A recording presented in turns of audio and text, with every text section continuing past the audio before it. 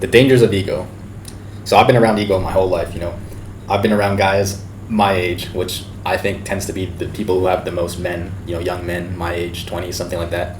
I've seen it with classmates. I've seen it with teammates. I've seen it with coworkers. I've seen it with my cousins. I've seen it all over the place. Ego exists all over the place, especially in young men. So in this video, we're going to cover the dangers of ego, why you should not have an inflated ego. And so without further ado, let's get into it. Ego makes you overestimate your abilities. You think you're better than you are. So in the gym, this might be someone who only been lifting for 1 year and they maxed out their noob gains, but they feel like they're an experienced veteran lifter who can give everyone advice. You overestimate your skill. They overestimate their natural talent, their abilities to do well. They think that they're some freak of nature or something like that. You overestimate your understanding. So they think they know everything, but they actually don't. They just know. It's funny. There's an effect where it's like people who think they know everything actually know very little, and the people who think they know very little actually know more, because the people who know more realize how much more they have to learn. You overlook your experience or lack of. So ego leads to turbulent relationships. So because you lack empathy, it can be hard to relate, empathize with someone else, especially in certain situations where both of your accomplishments are both of you have accomplished something, or where both of you have a need that needs to be acquired. But in these kind of cases, you're always going to put yourself above others. That might alienate yourself a bit more. Struggle to admit when you're wrong. People with egos have inflated senses of superiority, so it's hard for them to admit when they're wrong. Poor leadership. So people who have high egos and are in a position of power, in a position of leadership, will often create very, very toxic environments to work in, where things don't get better. People are always putting each other down, and overall not a pleasant experience. Jealousy. So people with ego may tend to get jealous at others because they may relate the other person's success to external factors rather than something that they actually did well. And also, someone with ego doesn't like to admit that they could be doing better themselves. So rather than looking at that person as an inspiration, they look at that person from a point of jealousy, from a point of bitterness, even a sense of superiority. So you feel like your accomplishments are higher than other people's, even if they're the same. Even if yours is a bit lower, you will feel like your accomplishments, what you finished, what you completed, is more important than other people's. All right, so your integrity. So to some people this might not matter a lot, but I think this is very important. So ego will make someone lie, deceive, manipulate, or exaggerate to maintain their perceived superiority.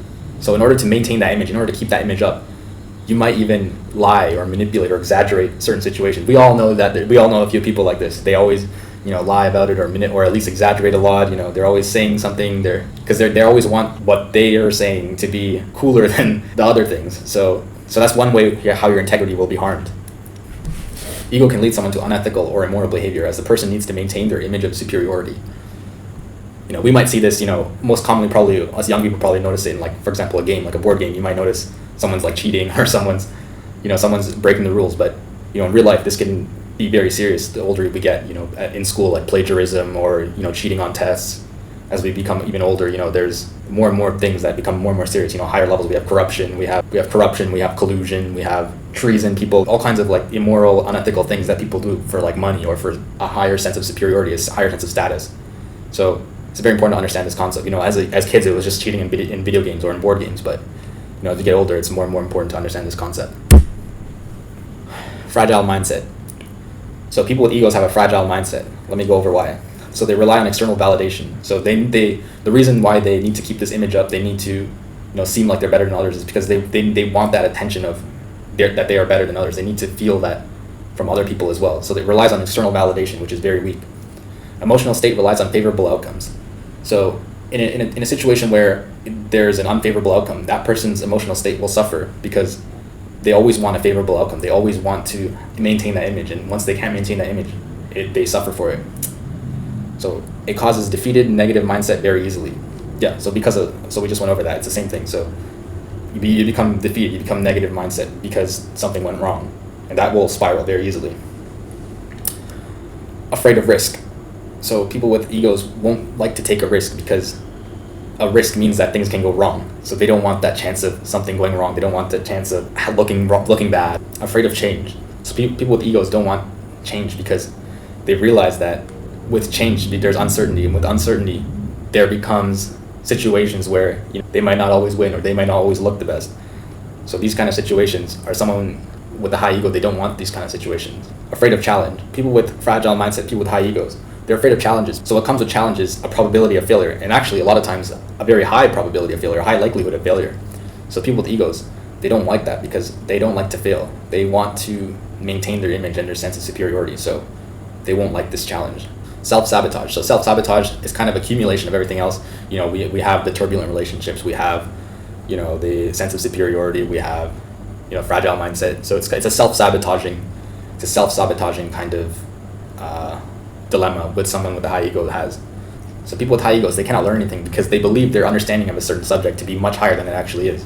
So if you think that you know everything already, it's very hard to learn more. People with high egos find it difficult to get help from others. People with high egos, they don't like to ask for help because that means that they need to admit that they don't know everything, that they don't have everything. So I personally have seen this as well. Like, I notice people with high egos, they will never ask for help. They will, never ask for advice because that would mean admitting that they don't know everything. So the importance of maintaining an image will cause burnout and needless effort wasted. Yes, someone with a high ego, they're always trying to maintain this image. They're always trying to look their best. This is a needless effort. No one really actually cares. It's going to cause you burnout. It's going to cause you to waste needless effort. Growth and learning heavily inhibited. So we kind of went over this already, but you're just not going to learn that much, and you're just not going to grow that much. You're afraid of failure. You're afraid of asking for advice. You're afraid of, or you don't even want to admit that there's something that you can learn because you already feel like you know everything. So growth and learning are heavily inhibited. This is probably the most important point. It's very self-sabotaging kind of dilemma someone with a high ego has, because it's hard to dig your way out of it. You're gonna inhibit yourself, and you're gonna cause yourself to kind of spiral downwards and be in this kind of echo chamber where you can't break out of. All right, let's talk about how it relates to the gym. So let's give a few examples. So ego lifting. So we all know what that is. It means you're lifting too much weight. You're lifting weight that you probably shouldn't be doing. Leads to plateaus, leads to limited growth, and worst case scenario, it leads to injuries. Unwilling to try new exercises. A person with high egos, they're not going to try new exercise. They're afraid of looking bad. So just the other day, actually, I did a new exercise. I was trying barbell lunges, where you hold the barbell on your back and you do lunges. But when I first started, I was literally using an empty bar because that in itself is like a huge workout. Obviously, it's like a new stimulus for me, right? So like, I remember I was talking with a girl in the gym, and like we were working together, and like we were doing the same weight. And she's wondering why, because I was deadlifting like 400 pounds earlier. So I was telling her, like, because it's a new movement, you start off small and you always want to ramp it up like that. But someone with a high ego, they would never do that. They would never use an empty barbell in the gym. Hard to optimize for your body. So with gym, there's a lot of trial and error. Trying different variations, finding the right weight, finding what works best for you. Whether it's this much momentum with this much weight, or this much range of motion. So all these different factors, they're all something that you need to consider. But someone with a high ego, they're not going to consider that because they're just going to do the same thing over and over again. They're not willing to learn. They're not willing to try new things. They're not willing to grow. So it's hard to become very optimal. You may alienate your gym partner. So because we know that ego causes turbulent relationships, and we know that it gives the person a sense of superiority, it may be very difficult to be around someone like that. This might cause you to isolate or alienate your gym partner. They might not want to be around you anymore because they're starting to notice these things. Unwilling to ask for help. So actually, the most common way I notice this is they're unwilling to admit that they need help. So I've seen people, they've plateaued really, really hard. Like let's say on their bench press, or on their, let's say they want to add 5 pounds, but they just really can't. So I've seen people, they plateaued extremely hard. But despite that, they will not even admit that they need to, figure out a new method, or they need to get help on this exercise. They will continue to do what they feel like they know is best. In fact, I've seen it even where they urge me to do their strategy, even though I know their strategy doesn't work, because I knew it didn't work when I was doing it too. And then I looked online for help, and I changed my methods, and then I improved about it. But, certain people will, it's, to us right now, we're listening to these points. We're thinking, who the hell is going to have this problem? But this is super common. I promise you, this is super common. All these problems, you'll see all the time if you're looking for them. You might even see them in yourself. I'm sure I've seen a lot of these in myself too. So yeah, a person with ego, they don't even understand that they need to ask for help sometimes. Unwilling to push healthy boundaries. So for example, they don't want to do this. You might also think this one, who's going to do this? Who has this issue? Well, I can tell you, like a lot of guys especially, they don't want to push their legs. They don't want to do squats.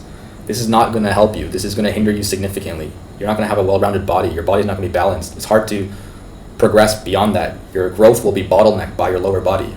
So you need to do squats. You need to do leg movements. You need to push them just as hard as your upper body. You need to do high rep ranges. Some people don't like to do high rep ranges. They want to stay in like their 6 to 8 rep range or whatever. All right, and lastly, you may lie or exaggerate about PRs or other successes in the gym. So you may lie or exaggerate about other PRs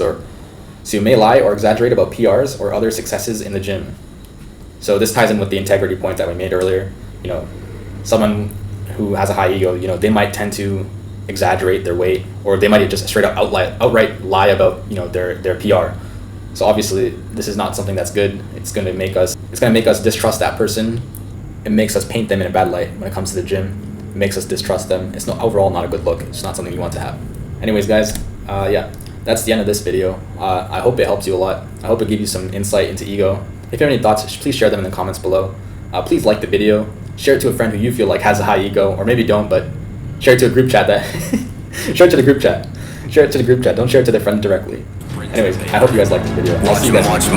Hit him with a fake chain back down, they don't know. Lock man down, man can't go home. Outside pulling them mans on the east side, pulling up deep.